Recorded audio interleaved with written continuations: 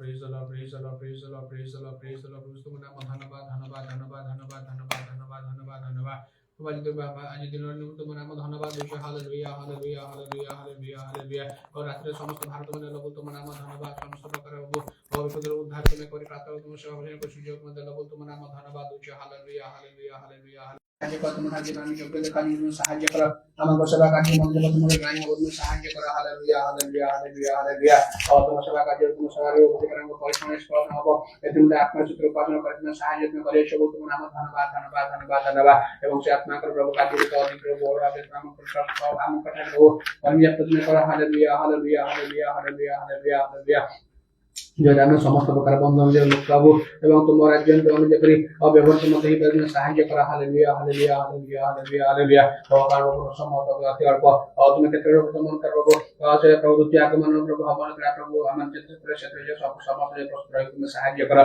উদারবত্তারি খারাপ সন্ধারা বলা বলা হালেলুয়া হালেলুয়া ও নহলে সে প্রভু নির্মূলীকরণ আমার সব কিছু আমার করে মধ্যে জীবন হয় জীবন করি অসর্বদা সবুজ কোনে সব বিষয় আমার করে বসে কয়েক প্রশ্ন রাখি তুমি সাহায্য করা হালেলুয়া হালেলুয়া ওদের কাজের করে দেখাই সাহায্য করো উদার আবশ্যক খারাপ বন্ধরা বলে পারবো হালেলুয়া হালেলুয়া প্রভু আমার সমস্ত দুর্বল সাহায্য করে শান্তি বলতে মনে আমার ধন্যবাদ এবং সে আমার সমস্ত সত্যি মধ্যে কড়াই নিয়ে তোমার আমার ধন্যবাদ হালেলুয়া হালেলুয়া হালেলুয়া হালেলুয়া ও তুমি দয়া করো দয়া করো দয়া করো দয়া করো দয়া করো ও যে প্রভু পরিপূর্ণ হয়ে যে আমার করে নিজের নিষ্ঠা যাতে করে সাহায্য করো হালেলুয়া হালেলুয়া হালেলুয়া হালেলুয়া ও তুমি দয়া করো ও যে প্রেমের প্রভু আত্মিকভাবে যে আলু বলবানি করে তুমি সাহায্য করো হালেলুয়া হালেলুয়া আমার করে সে আত্মিক জীবন যে সে পথরের যে পথরের যে কড়াই করে তুমি সাহায্য করো হালেলুয়া হালেলুয়া ও যাহা কিছু বাধা বিঘ্ন কিছু শয়তান যাহা কিছু মুখে পরীক্ষা ফলবশত আমি যে রক্ষা করে তুমি সাহায্য করো বিদার আবশ্যক খারাপ তারি খারাপ বন্ধরা বলে মানে হালেলুয়া হালেলুয়া হালেলুয়া হালেলুয়া প্রভু আমার করে প্রভু প্রভু তোমার তোমার নাম ধন্যবাদ ধন্যবাদ ধন্যবাদ ধন্যবাদ ধন্যবাদ ও তোর সভ্যতা আমি পরীক্ষা করে তোমার নাম ধন্যবাদ উদার আবাত্তারি খারাপ বন্ধরা বলে হালেলুয়া হালেলুয়া প্রত্যেক সেই পরিবার আত্মিক সহায় করে লাগিয়ে তুমি সাহায্য করো হালেলুয়া হালেলুয়া হালেলুয়া হালেলুয়া দূর দূরান্তের লোক মানে বহুত কাঁদে ও সে মানুষকে মধ্যে দয়া করো হালেলুয়া হালেলুয়া জমানের তোমার প্রকৃতভাবে তোমার আত্মপ্রভু আফ্রিকা সমান পরিপুত্র তুমি করো হালেলুয়া হালেলুয়া হালেলুয়া উদার আবশ্যক খালা বন্দারা বলে পারবো hallelujah hallelujah hallelujah hallelujah hallelujah দয়া করো আপনি জীবন সর্বদা আমাদের তুমি সাহায্য করো আমার সমস্ত বিষয় করে পরিপূর্ণ করে তুমি দয়া করো হালেলুয়া হালেলুয়া এবং সত্যের ব্যাপারে বন্ধন কটি বান্ধব তুমি সাহায্য করো ইদার আবশ্যক খালা বন্দারা বলে পারবো হালেলুয়া হালেলুয়া হালেলুয়া এবং প্রত্যেক প্রভু সময় আমি যেটা তুমি স্মরণ করে চাই তুমি সাহায্য করো হালেলুয়া কারণ প্রভু কালবন্ধটি উদার আবশ্যক খালা বন্দারা বলে পারবো হালেলুয়া হালেলুয়া এবং অনেক মধ্যে যে ধর্মের প্রতি সাহায্য করো ইর আবশ্যক খারাপ তারিখ খালা বন্দারা বলে পারবো হালেলুয়া শয়তান তাহার মধ্যে সময় প্রভু অল্প জানিস প্রচার হবে কার্য করছি তথাপি তুমি প্রভু সমস্ত বিষয় প্রভু আত্ম নিয়ন্ত্রণ করিয়া পরমেশ্বর বলতে মনে আমার ধন্যবাদ ধন্যবাদ ধন্যবাদ ধন্যবাদ ধন্যবাদ কারণ পৃথিবীর প্রভু সর্ব কর্তৃত্ব করে বলতে মনে আমার ধন্যবাদ উদার আবশ্যক খারাপ তারিখ খালা বন্দারা বলে পারবো হালেলুয়া ও শয়তান ও কার্য লোক মান করছে প্রভু উঠাইতে কার্য করছি তুমি সেটা প্রভু দমন করিয়া পরমেশ্বর বলতে মনে আমার ধন্যবাদ ধন্যবাদ ধন্যবাদ ও প্রভু তুমি দয়া করো ওদের সকলের পৃথিবীর মধ্যে সেই পরিচয় সাহায্য করো চারিজন সম্পর্ক আপনার সাথে উপাসনা যে প্রিয় সাহায্য করে এবং পরিবর্তন করতে সাহায্য করো ইর আবশ্যক খারাপ বন্ধরা বলে পারবো হালেলুয়া হালেলুয়া আমার সমস্ত মন্দির বিশ্বাসী ভাই বোন প্রভু সমস্ত সমস্ত সমাজ সমর্থন করে তুমি দয়া করো প্রত্যেক তুমি ধরে রাখো এবং সমস্ত প্রভু তোমরা লাগিয়ে তুমি সাহায্য করো কোটি মোটে কোটি সেরা কোটি সবার একদম সাহায্য করো হালেলুয়া হালেলুয়া প্রভু তুমি দয়া করো প্রভু যাহা কিছু বাক্য মধ্যে প্রভু প্রভু আমার রক্ষে হচ্ছে সে বাক্য যে প্রেমে সরিব প্রত্যেকটা হাসে সে বাক্য জীবন মুখে কাটে তুমি দয়া করো হালেলুয়া প্রভু সময় মধ্যে তোমাকে সমর্পণ করি আপনার অনুসরণ করে আমরা বলছি আমেন।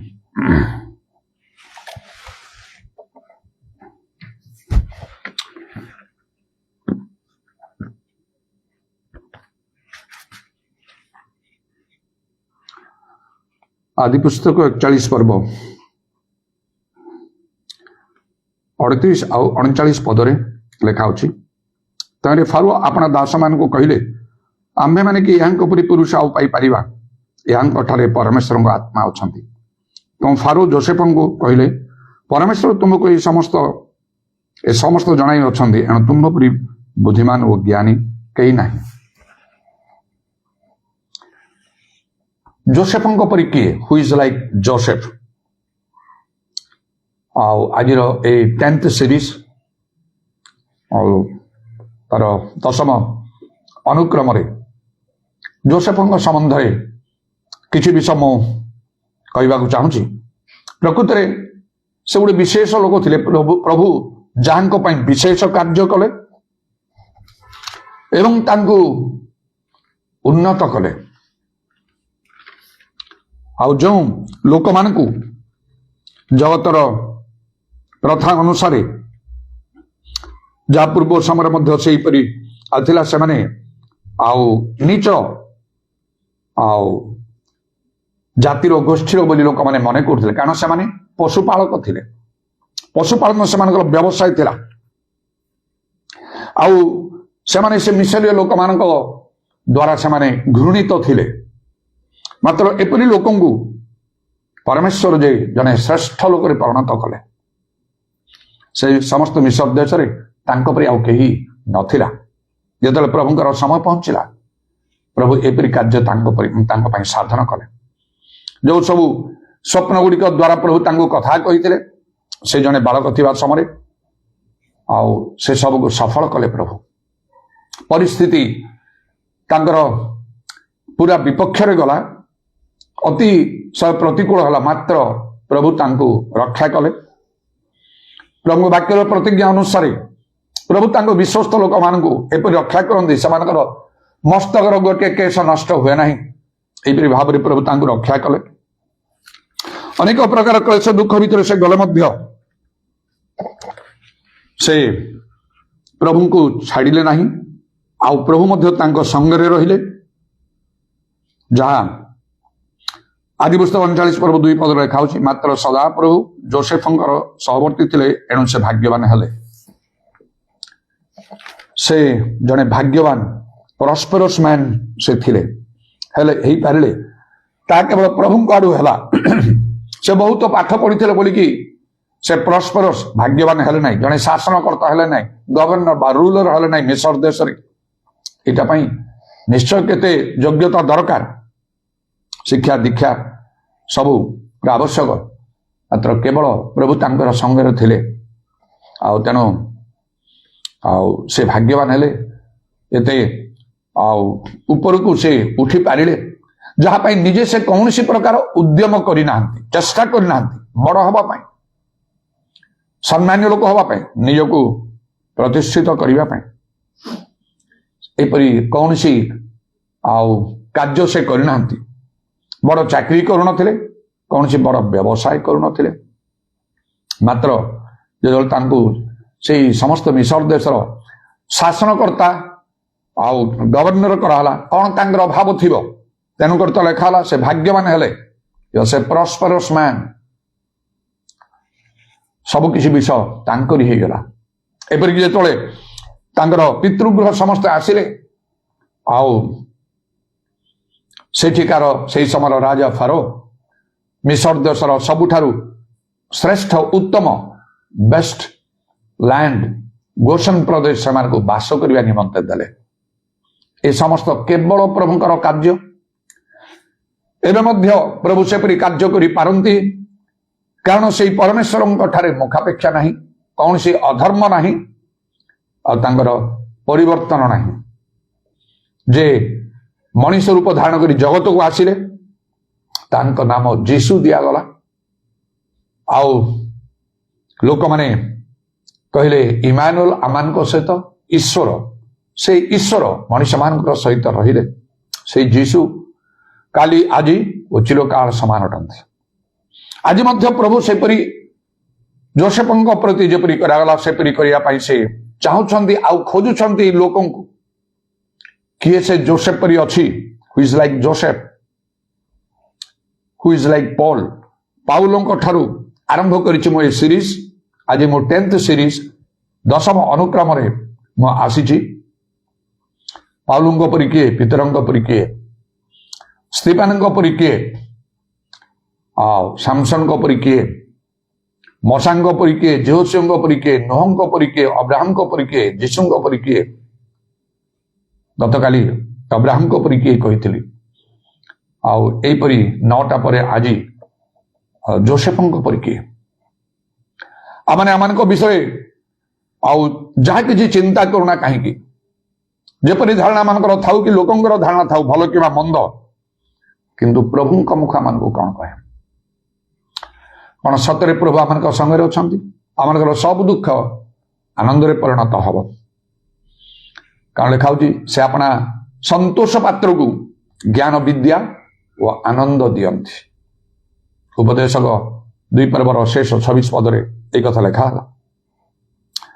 तबे जदि आम ठारे जदि प्रकृत में प्रभु प्रति आम ठारे भय रही प्रेम रही से जोसेफ सदृश जीवन यापन आम करुचु आम पाखे जिते दुख समस्या अभाव सब रही ए समस्त आम ठारू दूर करा ही रही बेसी समय ताहा रही पारिबने तापरे सब किछि विषय बदली जीव कारण आमनकर परमेश्वर जे सकल सृष्ट वस्तुर आदिकर्ता से कहती प्रकाश वाक्य लिखा होछि देख आम समस्त विषय नूतन करुछु पुरातन विषय सब लोप पाई सब से नूतन कर दियंती आमको नूतन यौवन दियंती मध्य लिखा होछि उत्तम उत्तम द्रव्य आमनकर मुख परितृप्त करती लिखा होछि आमनकर नूतन यौवन हुए अपेक्षा करते लोक मान से नुआ नुआ बल दियंती जद्वारा से उत्कर्ष पक्षी परी पक्ष ऊपर को उठती श्रांत नही दौड़ती अक्लांत नही गमन करती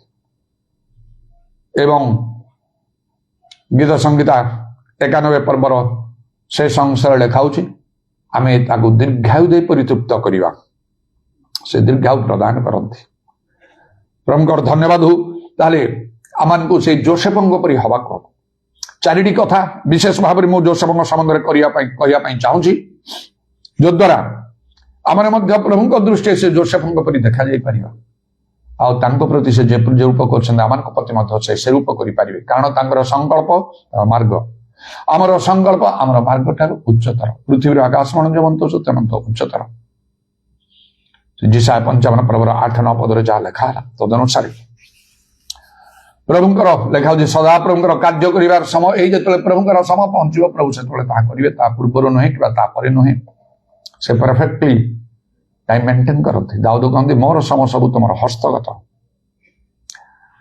तेरे who is like Joseph Joseph परी किए ही वाज ए जस्ट मैन से जड़े धार्मिक लोक थिले ही वाज ए हम्बल मैन से जड़े नम्र लोक थिले ही वाज ए स्पिरिचुअल मैन से जड़े आत्मिक लोक थिले and he was A wise man से जड़े ज्ञानी लोक थिले ए चारिटा कथा जोसेफ विषय मन रखी यदि आम जीवन में से सब को आम प्रयोग करवा उत्तम हम आम जोसेफ स्थान नहीं जावा प्रभुंकर इच्छा ए जस्ट मैन जड़े धार्मिक लोक यथार्थ कर्म करिया लोक जहाँ ठीक ताहा करिया लोक भूल कार्य न करिया लोक फुड़ीफर गृह थिबा समय जो फुड़ीफर गृह समस्त दायित्व देले से विश्वस्त भाव सब कार्य कले किछि केबे चोरी डकाई इत्यादि करना भूल कार्य करना आर स्त्री प्रलोभन से आदौ पड़ना से दौड़ी बाहर चली गले जो अଯଥାରେ से अनेक दिन कारागार रही से दुख भोगिले पूरा प्रमाण कर दूची he was a just man जड़े उत्तम लोक यथार्थ लोक भल लोक धार्मिक लोक ईश्वर वाक्य जे पालन करे सम्मान दिए से जिखर एलिजाबेथ परी ईश्वर समस्त प्रभुंकर समस्त आज्ञा विधि अनुसार निर्दोष रूपे आचरण ईश्वर दृष्टि धार्मिक ये प्रकार गोटे लोक से निर्दोष लोक जहाँ कौन से भूल त्रुटि किसी देखा जाए नथिला प्रभु समस्त विषय निरीक्षण करते हम्बल मैन से नम्र लोक भाई मैंने जो विक्रय करुले कौन सी प्रकार प्रतिवाद से कले ना गाली गुलोज देले ना शारीरिक भाव सीना से विरोध करने से समर्थ नथिबे कारण समस्त भाई माने 10 जन विरोध करते निज सान भाई जो बेंजामिन से तो छोट थिला से बापा पाखे थी बाकी 10 जन बाहरिक आसते जोसेफ को से सब विरोध करते से जन कौन करते तथापि गाड़ी गुलज भी कर रागरे मनीष शक्ति बारे कार्य करें से सीना नहला जो समय पहुंचला आउ भाई माने आसिले से शस्य किनिया मिसर देश को से दुर्भिक्षार समय ସେତେବେଳେ ତ ସେ ସେମାନଙ୍କ ସହିତ କଠିନ ବ୍ୟବହାର କରିଥାନ୍ତେ, ପ୍ରତିଶୋଧ ସେ ନେଇଥାନ୍ତେ, ପ୍ରତିଶୋଧ ପ୍ରାଣ ହେଇଥାନ୍ତେ। ଆଉ ସେମାନଙ୍କୁ ଏପରିକି ତାଙ୍କର ପିତା ଯାକୋବଙ୍କର ମୃତ୍ୟୁ ପରେ ଭାଇମାନେ ଭୟ କରି ତାଙ୍କ ପାଖକୁ ଆସିକି ଆଉ ନମ୍ର ଭାବରେ କଥାବାର୍ତ୍ତା କଲେ। ସେତେବେଳେ ବି ତ ସେ ପ୍ରତିଶୋଧ ନେଇଥାନ୍ତେ। ସେ କହିଲେ ନାଇଁ ନାଇଁ, ତମାନେ ଭୟ କର ନାହିଁ, ମୁଁ ତୁମମାନଙ୍କର କୌଣସି କ୍ଷତି କରିବି ନାହିଁ, ତୁମମାନଙ୍କୁ ଆଉ ମୁଁ ତୁମମାନଙ୍କର ପ୍ରତିପାଳନ କରିବି। ତୁମେ ସିନା ମନ୍ଦ କଲ, କିନ୍ତୁ ପ୍ରଭୁ ତାକୁ ମଙ୍ଗଳରେ ପରିଣତ କଲେ। ତୁମମାନଙ୍କ ସମସ୍ତଙ୍କ ଜୀବନ ବଞ୍ଚିବା ପାଇଁ ପ୍ରଭୁ ମତେ ଆଗ କରି ମତେ ପଠେଇଲେ। କୋଉ ପ୍ରକାର ଚିନ୍ତାଧାରା ତାଙ୍କର, ପ୍ରକୃତ ଗୋଟେ ନମ୍ର ଲୋକ। ଆଉ ସେଇ ନମ୍ରତା ସମ୍ବନ୍ଧରେ ତ ପ୍ରଭୁ ଯୀଶୁ ନିଜେ ମାଥ୍ୟୁ 5:15 କହିଲେ, ନମ୍ର ଲୋକେ ଧନ୍ୟ, ସେମାନେ ପୃଥିବୀର ଅଧିକାରୀ ହେବେ। ତ ପ୍ରଭୁଙ୍କର ଧନ୍ୟବାଦ ହଉ। ତେଣୁ ଆଉ ଏପରି ଚିନ୍ତାଧାରା ପ୍ରଭୁଙ୍କର ରହିଛି ଆମ ପାଇଁ। ଗୋଟିଏ ସମୟ ଆସିବ ସେ ପୃଥିବୀକୁ ଅଧିକାର କରିବାକୁ ଦେବେ। ଆଉ ତେଣୁ ତାଙ୍କ ବାକ୍ୟ କେବେ ଅନ୍ୟଥା ହେଇପାରିବ ନାହିଁ। ଲେଖା ଅଛି ଗୋଷ୍ଠୀଗଣକୁ ସେମାନେ ଶାସନ କରିବେ, ଆଉ ଯେଉଁମାନେ ପ୍ରଭୁଙ୍କର କାର୍ଯ୍ୟ କରିବେ ଶେଷ ପର୍ଯ୍ୟନ୍ତ ସେମାନଙ୍କୁ ସେ କ୍ଷମତା ଦେବେ ଆପଣା ସିଂହାସନରେ ବସି। ଆଉ ସେମାନେ ଲୌହଦଣ୍ଡରେ କୁମ୍ଭକାର ପାତ୍ରକୁ ଖଣ୍ଡ ଖଣ୍ଡ କଲା ପରି କରିବେ। ସେ ଗୋଷ୍ଠୀ ସବୁକୁ ସେମାନେ ଶାସନ କରିବେ। ପ୍ରଭୁ ସେମାନଙ୍କୁ ପ୍ରଭାତ ତାରା ଦେବେ କହିଲେ ଯେମିତି ଜଗତେ ଆଉ କେତେକ ବିଶିଷ୍ଟ ଦକ୍ଷତା ଥିବା ଲୋକମାନଙ୍କୁ ନିଜ ନିଜ କର୍ମକ୍ଷେତ୍ରରେ ସେମାନଙ୍କୁ ସେ ତାରା ଦିଆଯାଏ, ତାରକା ଷ୍ଟାର୍ସ ଦିଆଯାଏ। ଆଉ କୁହାଯାଏ ସେମାନଙ୍କୁ ଆଉ ସେ ପୋଲିସ ଡିପାର୍ଟମେଣ୍ଟରେ ଆଉ ସେ ଯେଉଁମାନେ ଉଚ୍ଚ ପଦସ୍ଥ କର୍ମଚାରୀ ଦକ୍ଷତା ବିଶିଷ୍ଟ ଲୋକମାନଙ୍କୁ ସେମାନଙ୍କୁ ଷ୍ଟାର ଦିଆଯାଏ। ସେମାନଙ୍କର ବସ୍ତ୍ରରେ ସେଇ ଷ୍ଟାରର ତାରକାର ଚିତ୍ର ଭଳିଆ ଆଉ ସେଠି ଆଉ ସବୁ ଲଗେଇ ଦିଆଯାଇଥାଏ। ଏବଂ ଯେଉଁମାନେ ଆଉ ଭଲ ଖେଳନ୍ତି, ଯେଉଁମାନେ ଭଲ ଅଭିନୟ କରନ୍ତି ଏ ଜଗତରେ, ସେମାନଙ୍କୁ ମଧ୍ୟ ଆଖ୍ୟା ଦିଆଯାଏ ସ୍ପୋର୍ଟ ଷ୍ଟାର୍ସ, ଫିଲ୍ମ ଷ୍ଟାର୍ସ, এই ପ୍ରକାର ଭାବରେ। ଆଉ ପ୍ରଭୁ ଯୀଶୁ କହିଲେ ପ୍ରଭାତୀ ତାରା ଦେବେ। ସେଟା ତ ରହସ୍ୟପୂର୍ଣ୍ଣ, ପ୍ରଭୁ ଜାଣନ୍ତି କଣ ସେଦିନ ସେ ତାହା ଦେବେ। ଏହିପରି ପ୍ରଭୁଙ୍କ ଲୋକମାନେ ପୃଥିବୀକୁ ଅଧିକାର କରିବେ, ନମ୍ର ଲୋକମାନେ। ଆଉ ଏ ଯୋସେଫଙ୍କ ପରି ପ୍ରକୃତରେ ତାର ନମ୍ର ରହିଛି। ତେଣୁକରି ପ୍ରଭୁ ଯେତେବେଳେ ସମୟ ପହଞ୍ଚିଲା ପ୍ରଭୁ କାର୍ଯ୍ୟ କଲେ, ଆଉ ତାକୁ କିଏ ଅନ୍ୟଥା କରିପାରିବ। ସେ ମିଶର ଦେଶର ସର୍ବେସର୍ବା ହେଲେ। ତାଙ୍କୁ ରାଜାଙ୍କର ଆଉ ସେ ରଥରେ ଯେତେବେଳେ ଆରୋହଣ କରି ବୁଲା ହଉଛି, ରାଜାଙ୍କ ଆଦେଶ ଅନୁସାରେ କୁହାଯାଉଛି ଅବ୍ରେକ ଅବ୍ରେକ, ମାନେ ଆଣ୍ଠୁପାତ କରି ଆଉ ସମସ୍ତେ ତାଙ୍କର ସମ୍ମୁଖରେ ଯୋସେଫଙ୍କର ସମ୍ମୁଖରେ ଆଣ୍ଠୁ ପାତୁଛନ୍ତି। ଆଉ ସେଥିପାଇଁ ଲେଖା ହେଲା, ପିତର ତାଙ୍କ ପୁସ୍ତକରେ କହନ୍ତି ପ୍ରଥମ ପିତର 5:6 ଈଶ୍ୱରଙ୍କ ବଳବନ୍ତ ହସ୍ତ ତଳେ ନିଜ ଆପଣାକୁ ନତ କର, ତାହେଲେ ସେ ଯଥା ସମୟରେ ତୁମକୁ ଉନ୍ନତ କରିବେ। ଆଉ ପ୍ରଭୁ ଯୀଶୁ ପୁନର୍ବାର କହିଲେ, ଯେ ଆପଣାକୁ ନତ କରେ ତାକୁ ଉନ୍ନତ କରାଯିବ, ଯେ ଆପଣାକୁ ଉନ୍ନତ ଦେଖାଏ ତାକୁ ନତ କରାଯିବ। ତେଣୁ ଆତ୍ମାରେ ଗର୍ବୀ ହବା ଅପେକ୍ଷା ଆଉ ଆତ୍ମାରେ ଦିନହୀନ ହବା, ନମ୍ର ହବା ଭଲ। ସେ ଲୋକ ପ୍ରଭୁଙ୍କ ଦୃଷ୍ଟିରେ ଅନୁଗ୍ରହ ପାଇବ। ପୁଣି ଲେଖା ଅଛି, ସେ ନମ୍ର ଲୋକକୁ ଅନୁଗ୍ରହରେ ସୁଶୋଭିତ କରନ୍ତି, କିନ୍ତୁ ଗର୍ବୀକି ସେ ଦୂରରୁ ଚିହ୍ନନ୍ତି, ଅହଙ୍କାରୀକୁ ସେ ପ୍ରତିରୋଧ କରନ୍ତି। ଆଉ ତେଣୁକରି ଆଉ ଆମମାନଙ୍କୁ এই ପ୍ରକାର ଯୋସେଫଙ୍କ ସଦୃଶ ହେବାକୁ ପ୍ରଭୁ ଚାହାନ୍ତି, ଯେପରି ଆମମାନଙ୍କ ସେ ବିଶେଷ କାର୍ଯ୍ୟ କରିପାରିବେ। ତାହେଲେ ଆମେ ପ୍ରଭୁଙ୍କର ଗୌରବ ମହିମା ମଧ୍ୟ ଆମେ କରିପାରିବା, ଆମେ ସତ୍ୟ ଈଶ୍ୱରଙ୍କ ପକ୍ଷରେ ସାକ୍ଷୀ ହେଇପାରିବା, ଅନେକଙ୍କର ମଙ୍ଗଳ ବି ହବ। ଆଉ ଯୋସେଫଙ୍କ ଦ୍ୱାରା ସେ ସମସ୍ତ ମିଶର ଦେଶରେ କିପରି ମଙ୍ଗଳ ହେଲା। ତେଣୁ ସେ ଜଷ୍ଟ ମ୍ୟାନ୍, ଜଣେ ଧାର୍ମିକ ଲୋକ ଥିଲେ। ହାମ୍ବୁଲ ମ୍ୟାନ୍, ସେ ଜଣେ ନମ୍ର ଲୋକ ଥିଲେ। ଆଉ ସ୍ପିରିଚୁଆଲ ମ୍ୟାନ୍, ଜଣେ ଆତ୍ମିକ ଲୋକ ଥିଲେ। ଆତ୍ମିକ ଲୋକ କଣ? ଏଇଠି ରାଜା ନିଜେ କହୁଛନ୍ତି, ଅନ୍ୟମାନଙ୍କ ମୁଖରୁ ତୁମର ପ୍ରଶଂସା କରୁ ଯେପରି ଲେଖା ଅଛି। ଆମେ ନିଜେ ନିଜ ବିଷୟରେ ଯାହା କହିପାରୁ, କିନ୍ତୁ ସାଧାରଣ ଲୋକ ନୁହନ୍ତି। ସେଇ ଦେଶର ଯିଏ ସବୁଠାରୁ ଶ୍ରେଷ୍ଠ ଲୋକ, ସେ ଫାରୋ ରାଜା, ସେ ଯେତେବେଳେ ଯାହା କହିବେ ତାହା ସେ ଦେଶର ଆଇନରେ ପରିଣତ ହବ। ସମସ୍ତେ ତା ଲୋକମାନେ ମାନିବାକୁ ବାଧ୍ୟ। ଯେପରି ଯୋସେଫଙ୍କ ବିଷୟରେ ମଧ୍ୟ ସେ କହିଲେ ଯେ ଆମେ ସମସ୍ତ ମିଶର ଦେଶ ଉପରେ ଆମେ ତୁମକୁ ନିଯୁକ୍ତ କଲୁ। ଆଉ ସେ କହିଲେ ଏପରି ଭାବରେ କୌଣସି ଲୋକ ଆଉ ତୁମର ଆଜ୍ଞା ବିନା ସମସ୍ତ ମିଶର ଦେଶରେ ହାତ ଗୋଡ଼ ଉଠାଇ ପାରିବ ନାହିଁ। ସେମାନଙ୍କର କଥା ଦେଶର ନିୟମ ଥିଲା, ଯାହା କହିଲେ ଲୋକ ସମସ୍ତେ ମାନିବାକୁ ବାଧ୍ୟ। ଆଉ ଏହିପରି ଭାବରେ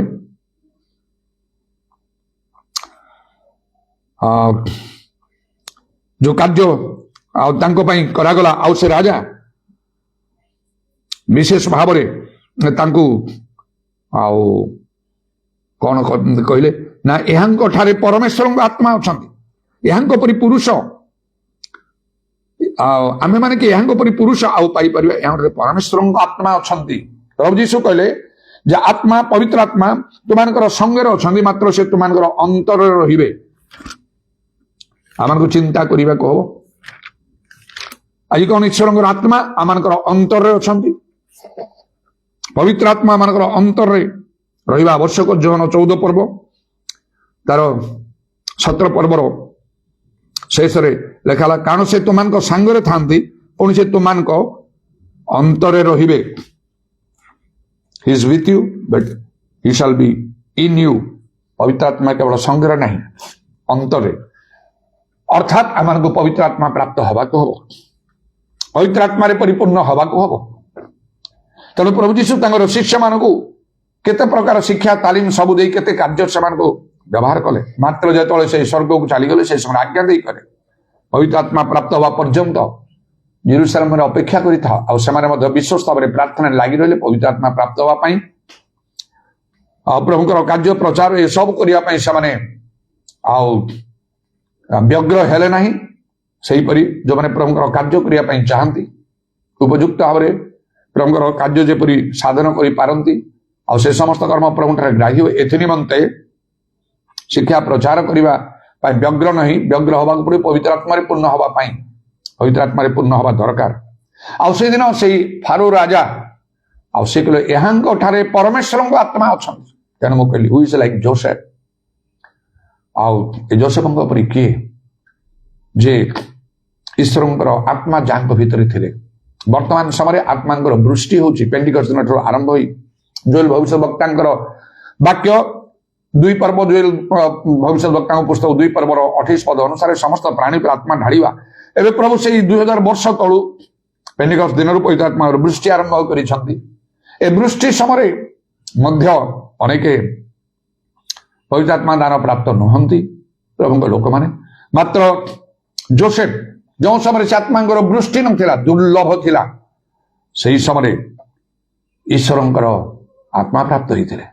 ଈଶ୍ୱରଙ୍କର ଆତ୍ମା ତାଙ୍କ ଭିତରେ ଥିଲେ, ଯାହା ଜଣେ ବିଶିଷ୍ଟ ଲୋକ ସେ ରାଜା ଫାରୋ ଆଉ ତାହା ଜାଣିପାରିଲେ, ଆଉ କହିଲେ ଏହାଙ୍କ ଠାରେ ପରମେଶ୍ୱରଙ୍କ ଆତ୍ମା ଅଛନ୍ତି।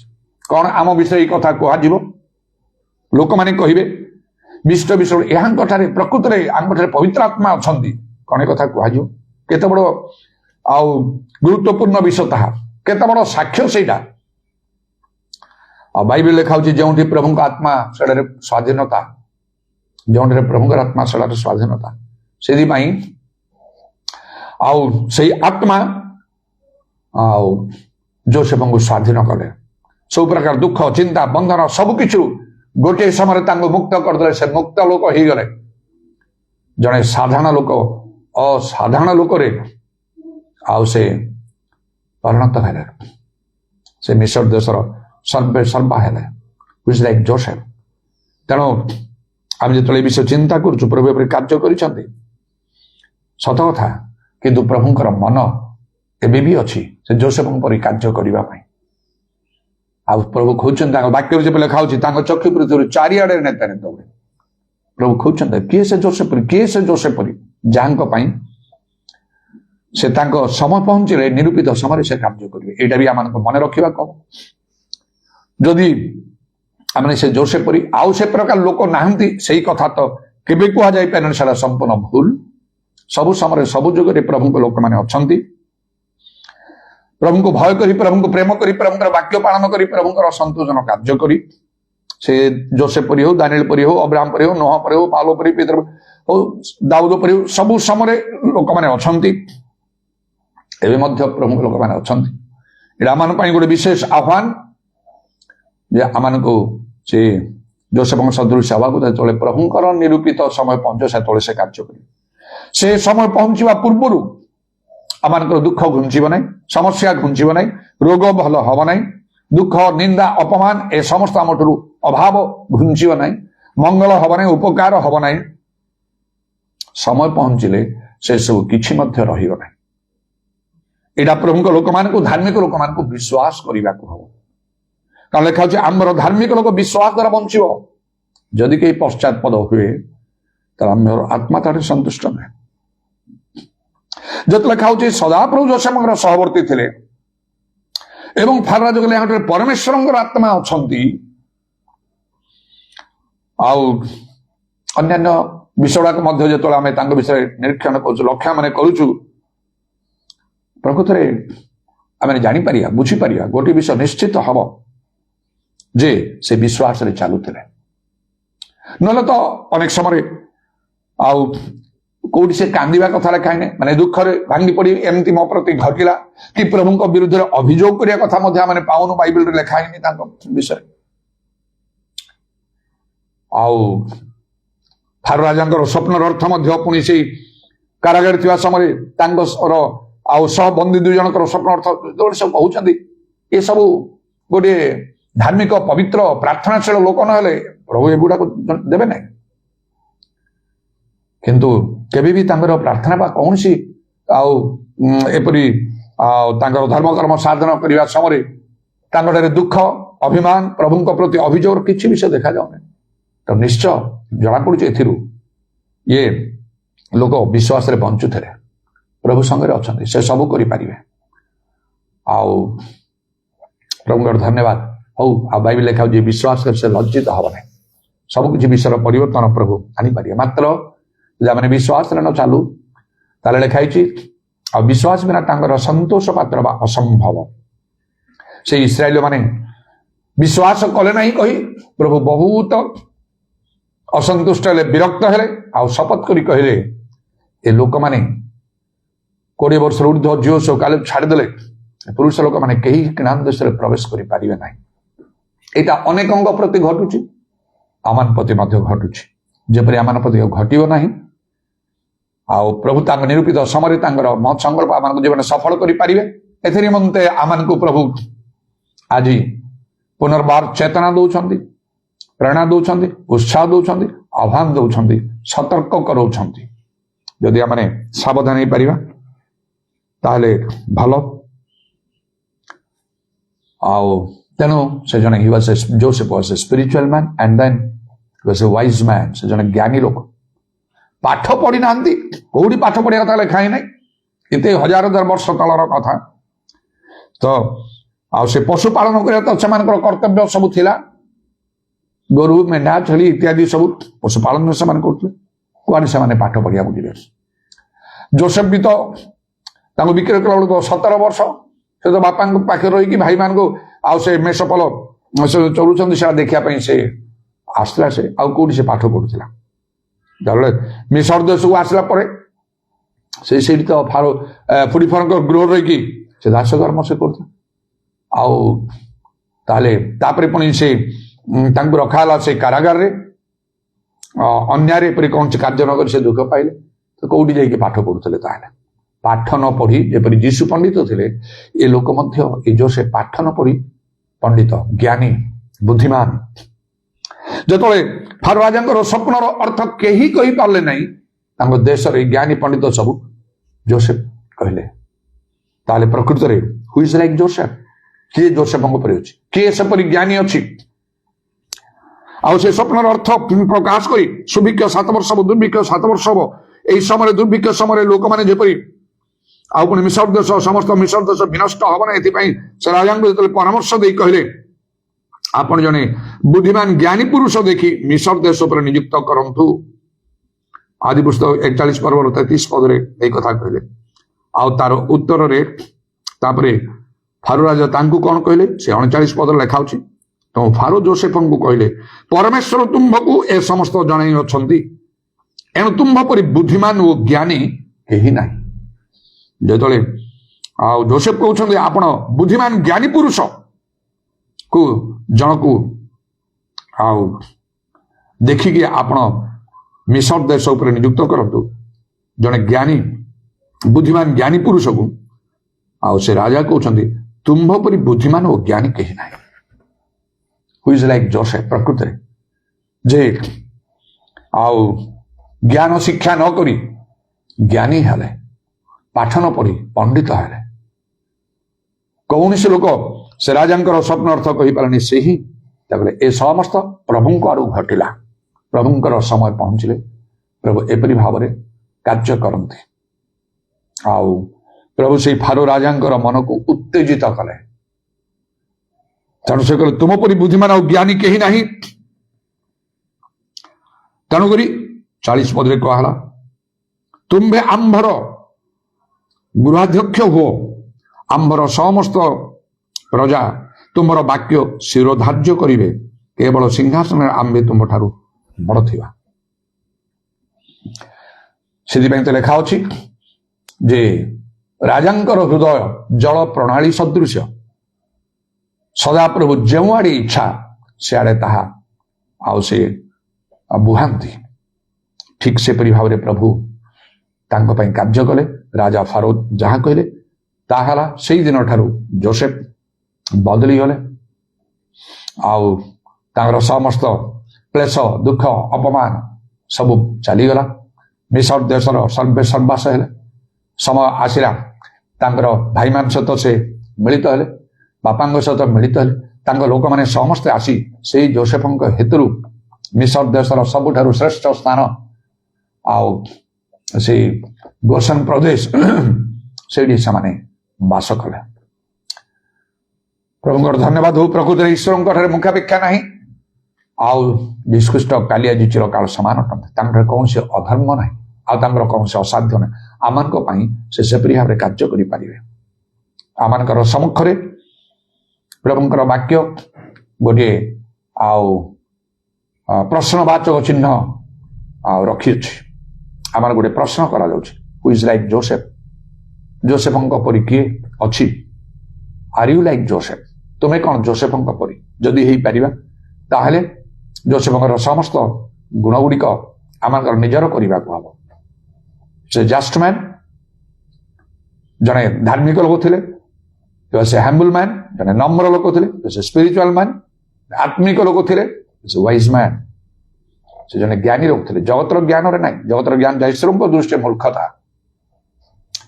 ମାତ୍ର ଲେଖା ଅଛି ସଦାପ୍ରଭୁ ଜ୍ଞାନ ଦିଅନ୍ତି, ତାଙ୍କ ମୁଖରୁ ଜ୍ଞାନ ଓ ବୁଦ୍ଧି ନିର୍ଗତ ହୁଏ। ଈଶ୍ୱରଙ୍କ ବିଷୟ ଜ୍ଞାନ, ଆତ୍ମିକ ଜ୍ଞାନରେ ଆମମାନଙ୍କୁ ଜ୍ଞାନୀ ହବାକୁ ହବ। ଆଉ ଯାକୁ ମଧ୍ୟ ସେଇ ବିଷୟରେ କହନ୍ତି, ଯଦି କାହାର ଜ୍ଞାନର ଆବଶ୍ୟକ ଥାଏ, ତାର ଅଭାବ ଥାଏ, ସେ ମାଗୁ, ତାକୁ ଦିଆଯିବ। ସନ୍ଦେହ ନ କରି ବିଶ୍ୱାସରେ ସେ ମାଗୁ, ଯେ ଆଉ ଦୋଷ ନ ଧରି ମୁକ୍ତ ହସ୍ତରେ ଦାନ କରନ୍ତି ତାଙ୍କ ନିକଟରେ ସେ ମାଗୁ। ଆଉ ତେଣୁ ପ୍ରଭୁଙ୍କର ଧନ୍ୟବାଦ ହଉ।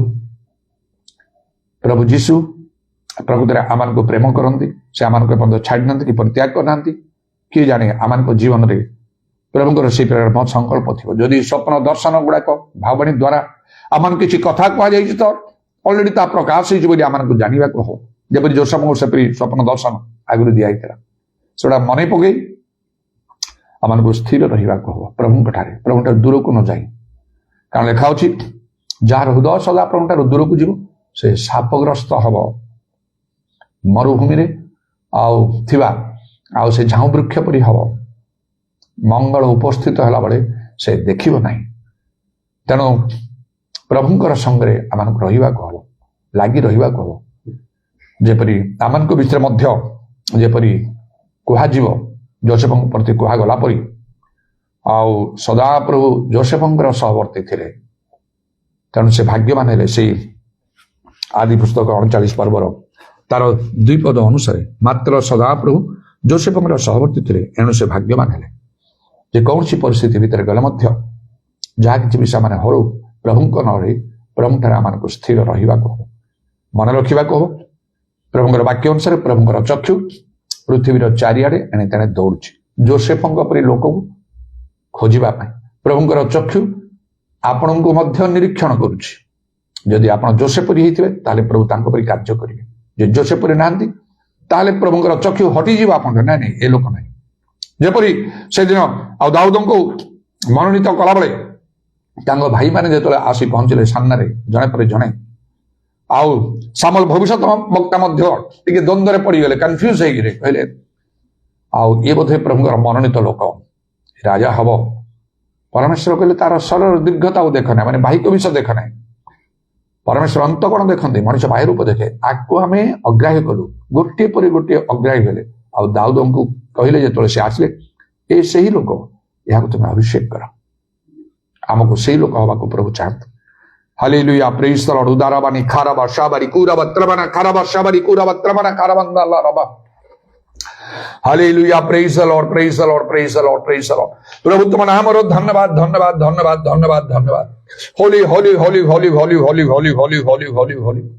আজের সময় নিমন্তে ধন্যবাদ, সুযোগ নিমন্তে ধন্যবাদ। তারাবানি খারাবা ত্রবানা খারাবা ଶାবারি কুরাবা ত্রবানা খারাবান্দা আল্লাহ রবানি দারাবান্দা আল্লাহ রবানি দারাবান্দা আল্লাহ। होली होली होली होली होली होली होली होली होली होली। ओ प्रभु जे के ख्रीष्टम बेटर अछि से नूतन सृष्टि परिणत होइछि। पुरातन विषय सब लोप होई सब नूतन होइछि। आमान तुम विशेष भाव में अनुग्रह करो, दया करो। आमान को दुर्बलता तुम शक्ति सिद्ध करो प्रभु। तुम मनर मतलोक हवा आमान को तुम्हें अनुग्रह करो। इराबत्रामानी कारवा शाखाला रबानी खारबंदा लरबा, ए विशेष आह्वान को ग्रहण करिया पई तुम्हें दया करो। जोसेफଙ୍କ परि किए अछि, हु इज लाइक जोसेफ। जब आमर मुख्य ता प्रकाश कर पार मु जोसेफ परी, आई एम लाइक जोसेफ। कारण पाउलो दिने कहले जे मु ख्रीष्टଙ୍କ अनुकारी, आई हैव फॉलोड क्राइस्ट। मु ख्रीष्टଙ୍କ अनुकारी बा ख्रीष्टଙ୍କ परी। ताले जदि से ख्रीष्टଙ୍କ परी से प्रभुଙ୍କ परी ही पाले, आमे काहे जने मनुष्य परी ही पारियो नाही। आमर विशेष भाव में अनुग्रह कर, दया कर प्रभु। से आम तुम्हें बंचे रखिच। इराबत्रामानी कारवा शाखाला रबानी खारबत्रामाना कारबंदा रबा। आम समस्त चिंता दुख नैराश्य अभाव विफलता निंदा अपमान को सब दूर करी शांति मंगल आनंद उन्नति आशीर्वाद आउे परिपूर्ण करने, उत्तम कर्म करने आम तुम्हें जीवित रखिच। इराबत्रामानी खारवा शाखाला रबानिया तरवा। मात्र आम किपरि भाव जीवन यापन करुचु ताहा तुम्हें लक्ष्य करुछ। आमान को तुम्हें अनुग्रह करो जीशुଙ୍କ नामरे, जीशुଙ୍କ नामरे, जीशुଙ୍କ नामरे। तुम लोक मान को तुम ठारे स्थिर रहिबा पई सहाय्य करो। एपरि गोटे समय आसीबो जा केबे आमान को जीवन रे आसी नथिला। एपरि आबरे तुम्हें कार्य करिवो, मनुष्य करिवो नाही, तुम्हें करिवो। आउ तुमर कौन से संकल्प निवारण करा जाय पारियो नाही। कारण लेखा अछि आम्बे कार्य करिवा, आउ किए ताहा अन्यथा करिवो। आउ सदा प्रभु अपना अपेक्षाकारी पक्षरे कार्य साधन करती। एवं आउरी मध्य लेखा आम्भे यथा काल यह शीघ्र घटेबा। इराबा शामानी खाराबा त्रबाना दाराबा शाखाला राबा। जीशुଙ୍କ नामरे, जीशुଙ୍କ नामरे दया कर सेवा कार्य प्रत्यक्ष परोक्ष भाव में जोग देथिबा प्रत्येक को अनुग्रह कर एवं आशीर्वाद करो। जो माने मध्य परे ए ऑनलाइन और आउ सेवा कार्य से वीडियो द्वारा फेसबुक बा यूट्यूब रे आउ से नम्र सरल भाव में आत्मिक मना ही जोग देवे। प्रत्येक को अनुग्रह कर आशीर्वाद करो। बाक्यर श्रोता मात्र नहीं कर कर्म करने अनुग्रह करो। तुम कंठविद पाद प्रणाम चुंबन करी एवं तुम हस्तर आमानकर सर्वणात्मा सब समर्पण करी शुणिल बोली धन्यवाद दे नित्य जीवित प्रभु जीशु ख्रीष्टଙ୍କ नाम यही प्रार्थना करुछि, आमेन।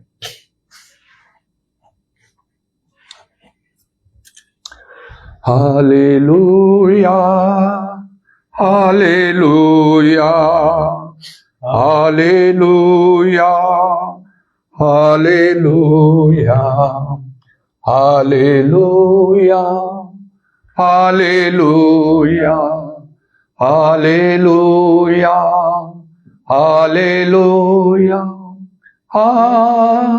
hallelujah, hallelujah, hallelujah, hallelujah. Thank you, Jesus. Thank you, Jesus. Thank you, Jesus. Thank you, Jesus. Thank you, Jesus. Thank you, Jesus. Thank you, Jesus. Thank you, Jesus. Hallelujah. Hallelujah. Hallelujah. Hallelujah. ପିତା ଈଶ୍ୱରଙ୍କର ପ୍ରେମ ପ୍ରଭୁ ଯୀଶୁ ଖ୍ରୀଷ୍ଟଙ୍କର ଅନୁଗ୍ରହ ପବିତ୍ର ଆତ୍ମାଙ୍କର ସହାୟତା ପ୍ରଭୁ ଯୀଶୁଙ୍କର ଗୌରବମୟ ପୁନରାଗମନ ପର୍ଯ୍ୟନ୍ତ ଆମ ସମସ୍ତଙ୍କର ସହବର୍ତ୍ତୀ ହେଉ। ଆମେନ୍।